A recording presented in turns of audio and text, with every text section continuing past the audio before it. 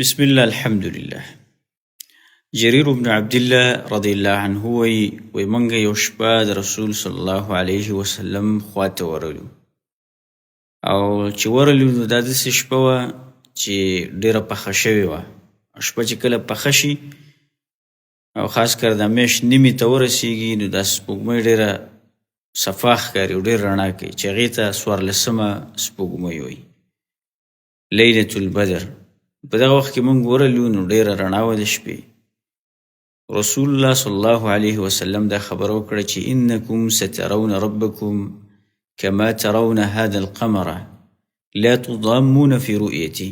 وی تاسو به د قیامت په ورځ باندې خپل رب ته ګورئ او داسې به درته ښکاري لکه څنګه چې تاسو ته په دې شپه باندې دا سپوږمۍ ښکاري.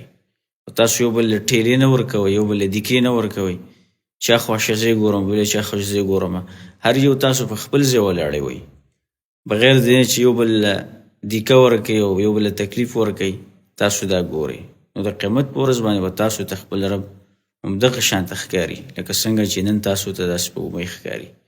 ښه دا به څنګه سړی دغه مقام حاصلوي، څنګه به هغه ته خپل رب ښکاري د قیامت په ورځ باندې، ځکه چې الله سبحانه وتعالی د کافرو نه پرده کوي په آخرت کې او د خپل ځان ورته نه ښکاره کوي.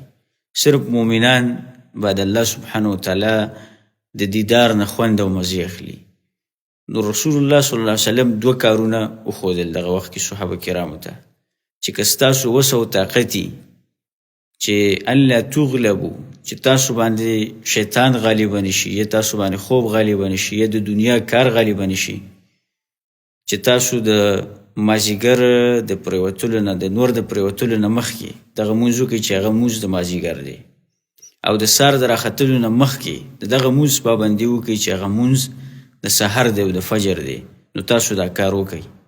نو چې چا د سحر مونځ پابندي وکړه، د مازیګر مونځ پابندي وکړه، دا هغه مونځ دی چې دا دې ته ملایکې حاضرېږي.